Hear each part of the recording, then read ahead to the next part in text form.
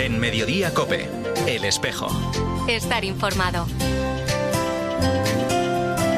San José, que celebrábamos esta semana pasada, es conocido en la tradición cristiana por su silencio bíblico, por lo que no se registran frases directas suyas en los evangelios. Sin embargo, se le representa a través de la virtud y la obediencia. Os recordamos una frase destacada por el Papa Francisco sobre él, sobre San José. Hay que ser, decía el Papa, como San José, hombre de sueños, pero no soñador, hombre del silencio, porque respeta el plan de Dios. Ana, hoy no te voy a pedir que nos digas nada sobre San José, pero sí puedes contarnos qué llevamos este Viernes de Pasión o Viernes de Dolores, como quieras. Bueno, pues en este Viernes de Pasión vamos a contarte aquí en la cadena COPE una historia.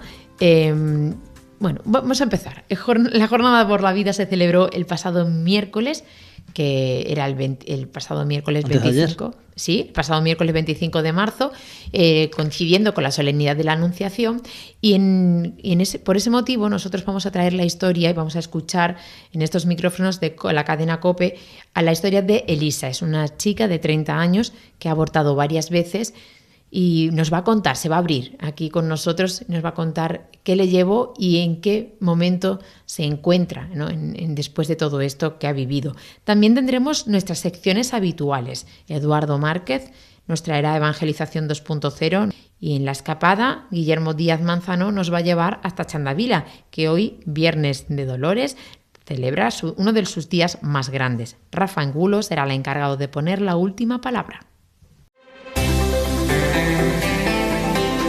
En Mediodía COPE, El Espejo. Estar informado.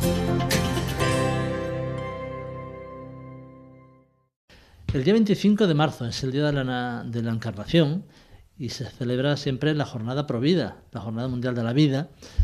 Y hoy vamos a hablar con una muchacha, tiene 30 años, es joven, se llama Laura Elisa para los amigos. Ella es de Medina de las Torres, es de nuestra tierra. Y cuando yo la he conocido me decía que tenía 5 hijos. Y claro, es que de los 5 solo vive uno, porque los otros 4 los ha abortado, están en el cielo, pero ella los tiene presentes. Elisa, muy buenas. Hola, buenas tardes. Mira, si hacemos esta entrevista es porque ella me ha dicho que hablar de esto es para ella sanador. ¿Por qué es sanador, Elisa? Pues sinceramente, porque desde que ocurrió todo y desde que pude ser consciente de todo en el 2023, a partir del 2023, no he podido tampoco abrirme en ningún espacio, ni siquiera en seguridad social y las personas que supuestamente más te están acompañando en el proceso mientras que alguien está mal. Y pues me viene muy bien, porque me hace sentirme cerca de ellos, me hace sentir pues que ojalá podamos realmente desde la realidad y la verdad llegar a más personas para poder ayudar a esta causa, que sinceramente me preocupa muchísimo. ¿Por qué abortaste 4 veces? Porque yo cuando me enteré que habías abortado 4 veces, digo, la primera pregunta que se me ocurrió y que sé que se le está ocurriendo a toda la gente que nos está escuchando, ¿por qué? Pues mira, sinceramente, esto es algo que el porqué, después de 4 abortos, que además esto es un transcurso de unos 10 años entre que han ido ocurriendo cada uno, el porqué hasta yo misma me he enterado hace un mes, gracias a Dios, porque me culpaba demasiado por no entenderlo. Y pues será por cuestiones de la vida, pero gracias a Dios hace poco tiempo pudimos con profesionales de asociaciones de Provida y de Amasube que están a favor de la vida, pude ser consciente de que yo tengo un trauma, que es lo que ha estado haciendo que estos 4 abortos pues sucedan de esta forma, y lo he entendido porque sufrí un abuso sexual en mi infancia, del cual siempre ha estado tapado, y del cual fui consciente justo después del último aborto que sucedió el 5 de septiembre del 2023. Y poco después de ese último aborto, mi mente pues me trajo ese escenario donde sucedió ese abuso sexual. Y gracias a haber compartido esto con las personas que me estaban ayudando, hemos podido llegar a la raíz de que realmente había un trauma que me impedía realmente, un trauma impide al cuerpo O sea, la mente va por un lado y el cuerpo va por otro. Siempre se ha dicho que una mujer embarazada nunca puede dejar de ser madre. Tiene dos opciones, ser madre de un hijo vivo o ser madre de un hijo muerto. Y yo lo veo en ti. Sí, literalmente. Yo mis 3 primeros abortos no los consideré igual que a partir del 4º, porque lo miraba con una mirada pues con la que yo había crecido, una mirada genérica, una mirada de, bueno, todavía eso no es nada, es un amasijo de células, esto está hecho en 10 minutos, todavía no hay nada. Y evidentemente por todo lo que sucede alrededor de que no hay apoyo hacia la mujer para que puedan realmente llevar a esos hijos hacia adelante. ¿Tú crees que la mujer es libre para abortar?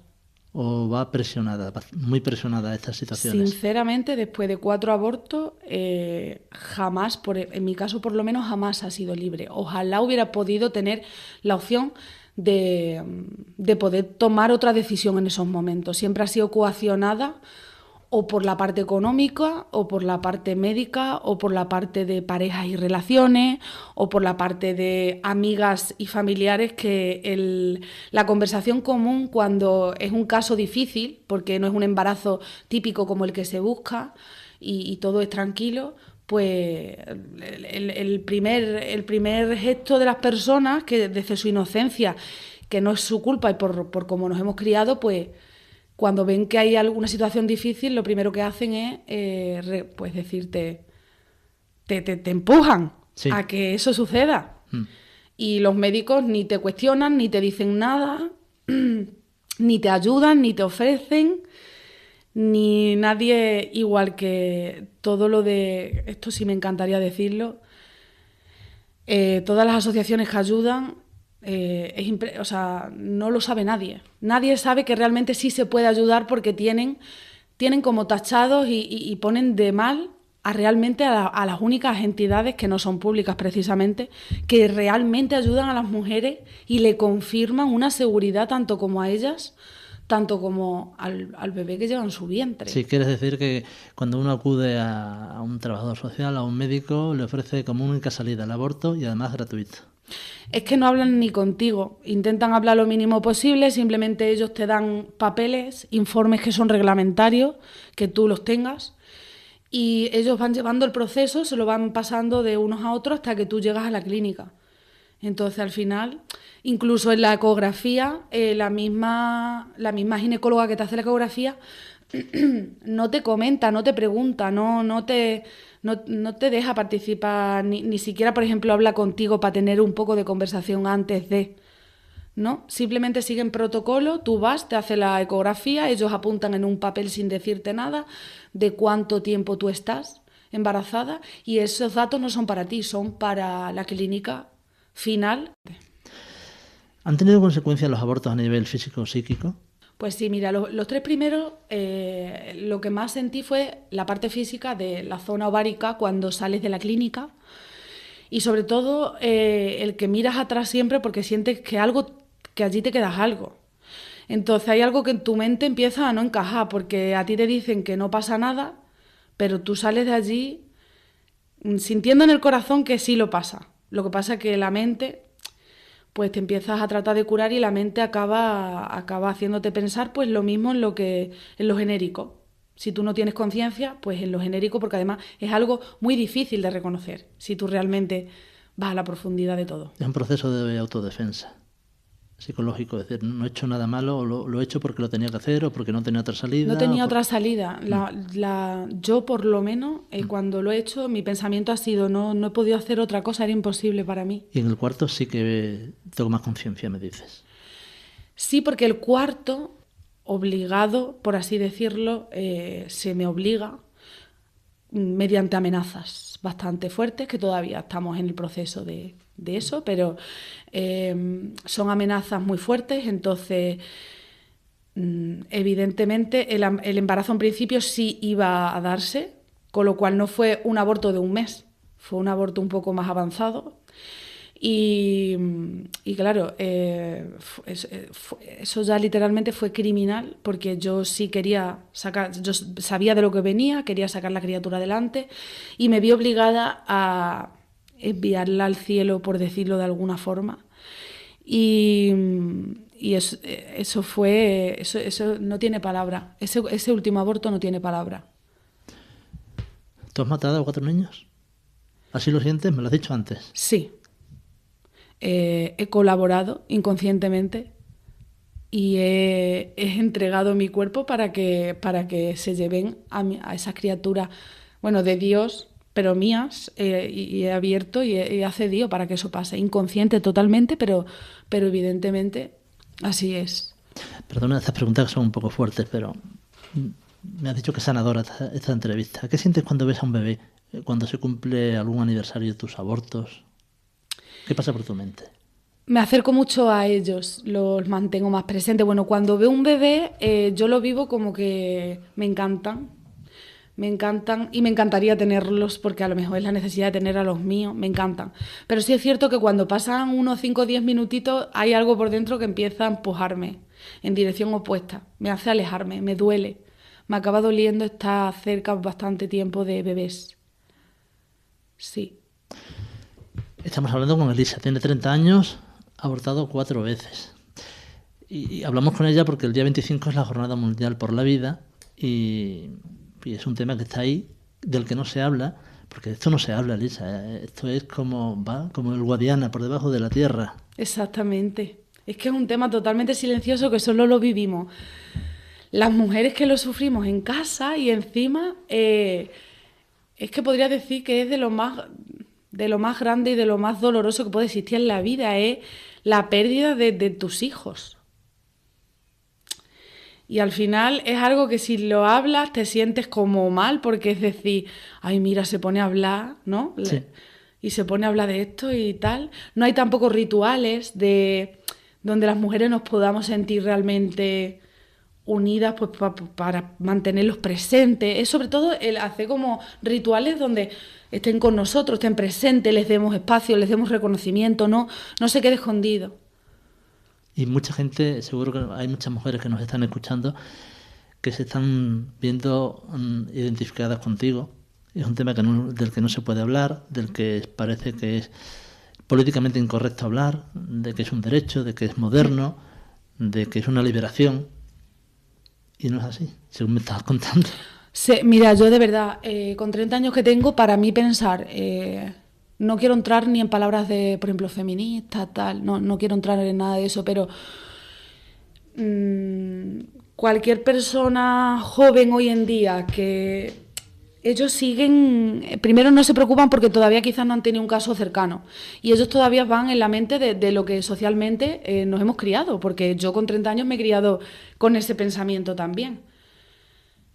Pero lo primero que podría decir es que la mayoría de personas que pueden llegar a hacer esto es porque realmente saben que, o sea, no creen en que realmente alguien les vaya a sostener. Ya. Porque venimos de un servicio público que sabes que sí, te pueden ayudar a una ayuda como nos ayudan a 100 euros al año para una ayuda de un nacido, cosas así, ¿no?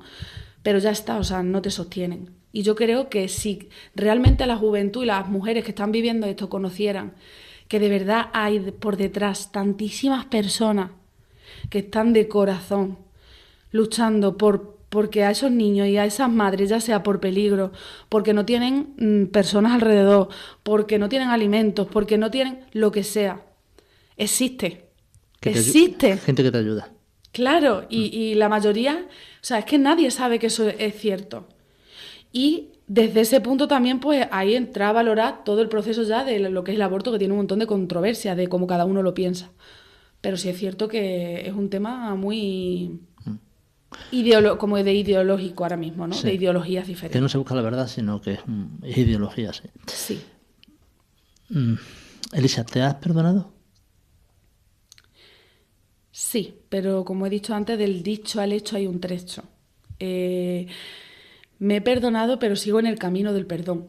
Todavía hay momentos donde, y yo creo que eso se lo lleva a alguien, es como cuando cometes un error tan grande que sabes que te lo llevas contigo en tu corazón para siempre. puedes tratar de protegerlo, de curarlo, de ayudar, de tratar de dar voz, de tratar de que esto no le pase a nadie más, pero te lo llevas para siempre, es algo que ya va contigo. Aunque sí puedas llegar a decir, vale, me tengo juicio sobre mí misma y creo que siento y merezco ser perdonada. Primero por mí misma y ya después el resto ya es diferente, pero por lo menos una misma, poder avanzar y hacer ese paso es muy difícil, muy, muy, muy difícil. ¿Y te has confesado? Sí, tuve una confesión que en realidad no fue una confesión directa de decir voy a confesarme, pero sí es cierto que yo todo, mientras que sufría tantísimo en cada aborto, mi sitio, mi recreo era la iglesia y sobre todo irme a una virgen que había con un manto enorme que me encantaba y con ella lo hablaba todo. Entonces pues un día que yo llorando muchísimo e incluso me asfixiaba, el cura estaba allí, salió, estuvimos hablando un montón de tiempo y volvimos a tener otra cita y ahí ya fue donde yo me confesé y me quedé muchísimo más tranquila para poder seguir recorriendo el camino De la sanación. de la sanación. Yo espero que esta entrevista primero te haya valido a ti, porque me decías al principio que es sanador, que esto te viene bien, abrirte y hablar, Sí. y que esto le haya ayudado a otras personas que también por eso has venido hoy a hablarnos de esto aquí. Así que muchas gracias, Elisa. Muchísimas gracias a ti. Por Dios, no tengo palabra para las personas todas que colaboran en todo esto, porque además me he visto sola y bueno, todo esto para mí es nuevo. Así que muchísimas gracias. Ojalá se siga siempre, se siga creciendo. Yo de verdad mi importancia en esta entrevista, yo creo que lo que más me importa decir es que ojalá se empiece a ver toda la ayuda que sí hay. La que cuando yo, después de 4 abortos, me mostraron y me quedé alucinada porque en ese momento fui consciente de que si eso yo lo hubiera sabido desde el primero, jamás en la vida hubiera abortado. Yo creo que es de mí lo más importante que en este momento me gustaría que llegara o pudiera llegar a alguien que le pudiera ayudar. Mucho ánimo. Adelante, Muchísimas Elisa. gracias. Muchísimas gracias. Historia dura la que nos ha contado y la que hemos escuchado hoy de boca y de palabra de Elisa. Y nosotros continuamos, vamos a cambiar de tercio y lo hacemos con Eduardo Márquez. Él nos trae Evangelización 2.0. Adelante, Edu. Hola, muy buenas. Pues esta semana vamos a presentar una página web que ha creado la Conferencia Episcopal, que se llama sínodo.conferenciaepiscopal.es, que es una puerta de entrada sencilla para seguir el camino sinodal y sobre todo para ponerlo en práctica. En la página web encontraremos tanto noticias como materiales y propuestas para trabajar tanto en nuestra parroquia como en nuestro grupo, además de conocer experiencias que comparten otras diócesis y realidades para seguir caminando juntos. También hay convocatorias, documentos clave y recursos para dinamizar encuentros y diálogos. Sin duda es un buen sitio para formarnos, inspirarnos y llevar a la fe a la vida también en la red. En la escapada, Ana, hoy vamos a ir a un lugar especial. Sí, vamos aquí cerquita para nosotros. El lugar es Chandavila, el santuario diocesano, que además hoy vive uno de sus días más grandes, Juanjo. Sí, exactamente. Hoy va a haber muchos cientos o miles de personas en el santuario diocesano de Chandavila. Pues Guillermo Díaz Manzano nos lleva hasta allí. Amigos de la escapada, buen día. Hoy es Viernes de Dolores y quiero volver a un lugar de los primeros que tratamos en este espacio, que poco a poco se ha convertido en uno de los focos espirituales más vivos de nuestra querida Extremadura. Me refiero al santuario de Nuestra Señora de los Dolores de Chandavila, en el término de la Godosera. Y lo hacemos para hablar de un día muy especial, el Viernes de Dolores, la gran fiesta del santuario, hoy, 27 de marzo. El Viernes de Dolores es el día en que la Iglesia contempla a María junto a la cruz de su Hijo. No es todavía la pasión del Señor en su plenitud, pero ya se siente el peso del dolor que se acerca. Y en Chandavila ese día tiene un significado muy profundo. Es la jornada en la que miles de fieles se reúnen para honrar a la Virgen de los Dolores, la madre que acompaña el sufrimiento humano con una ternura que consuela. Durante el año jubilar, el santuario ha vivido un momento de gracia muy especial. Chandavila se ha consolidado como un auténtico lugar de peregrinación, oración y reconciliación, donde los fieles acuden movidos por la devoción mariana y por el deseo de encontrarse con Dios. Los números hablan por sí solos. Más de 32.000 peregrinos con una diversidad sorprendente. Peregrinos de toda España, de Portugal, cercanos geográficamente y espiritualmente, pero también de lugares mucho más lejanos, Corea del Sur, Colombia, Estados Unidos o Irlanda del Norte. Chandavila se ha convertido así en un pequeño punto de encuentro internacional bajo el manto de la Virgen de los Dolores. Pero más importante es que la cifra es lo que allí sucede. Muchos peregrinos destacan especialmente la vida sacramental del santuario. Durante el año jubilar, uno de los signos más significativos ha sido la frecuente administración del sacramento de la penitencia, también la celebración de la Eucaristía, centro de la vida espiritual del santuario. Pero si hay un momento que condensa toda esa vida espiritual, ese es precisamente el Viernes de Dolores. Hoy, el santuario se llena de peregrinos que llegan caminando en familia, en grupos parroquiales o simplemente en silencio con sus propias intenciones. Algunos traen agradecimiento, otros preocupaciones, muchos simplemente el deseo de rezar, porque Chandavila tiene algo especial. El silencio del campo, la sencillez del santuario y la mirada dolorosa de María crean un clima que invita a abrir el corazón. El Viernes de Dolores nos recuerda que el sufrimiento no tiene la última palabra. María, la Madre Dolorosa, no se queda en la tristeza. Su dolor es esperanza, porque sabe que después de la cruz llega la resurrección. Por eso tantos peregrinos regresan una y otra vez, van a Chandavila buscando consuelo y descubren que María no solo escucha, sino que acompaña. Si alguna vez desean vivir este momento de fe profunda, de silencio interior y de encuentro con Dios, el Viernes de Dolores en Chandavila es una invitación abierta. Allí, en medio de la naturaleza, bajo el manto de la Virgen de los Dolores, muchos descubren que incluso en las heridas de la vida puede brotar la esperanza. Y quizá por eso, quienes han estado allí lo dicen con sencillez. En Chandavila, uno no visita solo un santuario, se encuentra con una madre. Ve y verás. Bueno, Juanjo, yo creo que nos tenemos que ir despidiendo para poder llegar a Chandavila, pero antes cuéntanos cuáles son los horarios. Los horarios, ya sabes, es a las 5 de la tarde. Comenzarán las confesiones, siempre hay 15-20 sacerdotes confesando. Y luego, pues el Vía Crucis por la Vía Sacra, en torno a la sierra, es muy bonito. Los que hayan estado allí, pues saben. Sí. Y finalmente la misa que va a presidir el arzobispo, don José Rodríguez Carballo. Así que vamos escapándonos ya, pero de verdad, y con la última palabra de Rafa Angulo para llegar a Chandavila.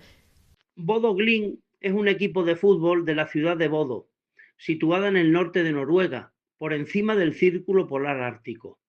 Es una de las localidades más pequeñas, con un equipo de fútbol compitiendo al máximo nivel europeo y con un campo para 8.000 espectadores, que es el más chico de la Champions. Ha sido la gran sorpresa de la Champions League, pues logró llegar mucho más lejos de lo que todos pensaban. Venció al Atlético de Madrid y a otros teóricos favoritos y terminó por eliminar al Inter de Milán, que era desde luego el gran favorito. Ha habido un debate respecto a su campo de fútbol. Juega en la región denominada Norrland, donde siempre hace mucho frío. Su cancha es sintética, de césped artificial y muy rápida, donde el balón rebota diferente, casi congelado a veces. Hay cierta polémica sobre el estado de los terrenos de juego. Algunos es verdad, en pésimas condiciones. Recientemente el portero del Tottenham atribuyó sus errores al mal estado del Wanda Metropolitano, el campo del Atlético de Madrid.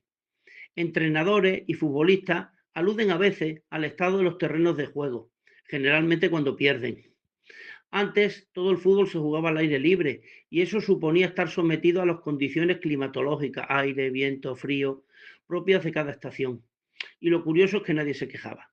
Hace 30 años en esos campos, anegados a veces, inundados otros, hechos un barrizal, se jugaba el pelotazo, no se podía jugar a ras de suelo. Solo tienen que ver imágenes del fútbol inglés de entonces. Esto me sirve para intentar vivir bien la Semana Santa, para no sacar excusas a lo que Dios me pide, algo para lo que tengo cierta facilidad. ¿Cómo encuentro disculpas o pretextos políticas, sociales, hasta familiares, para no hacer lo que Dios quiere? Como los futbolistas, cuando se escudan en el estado del campo, el estado de la cancha como excusa. Jesús no sacó excusa, subió a la cruz, y aquello sí que era un contexto hostil, pero él tenía que cumplir su misión. Y lo hizo antes con sus amigos, los apóstoles, en Getsemaní, y con su madre, la Virgen María, siempre. Es a quien hoy, Viernes de Dolores, le pido que me ayude a no poner excusas ambientales o externas para vivir cristianamente la Semana Santa.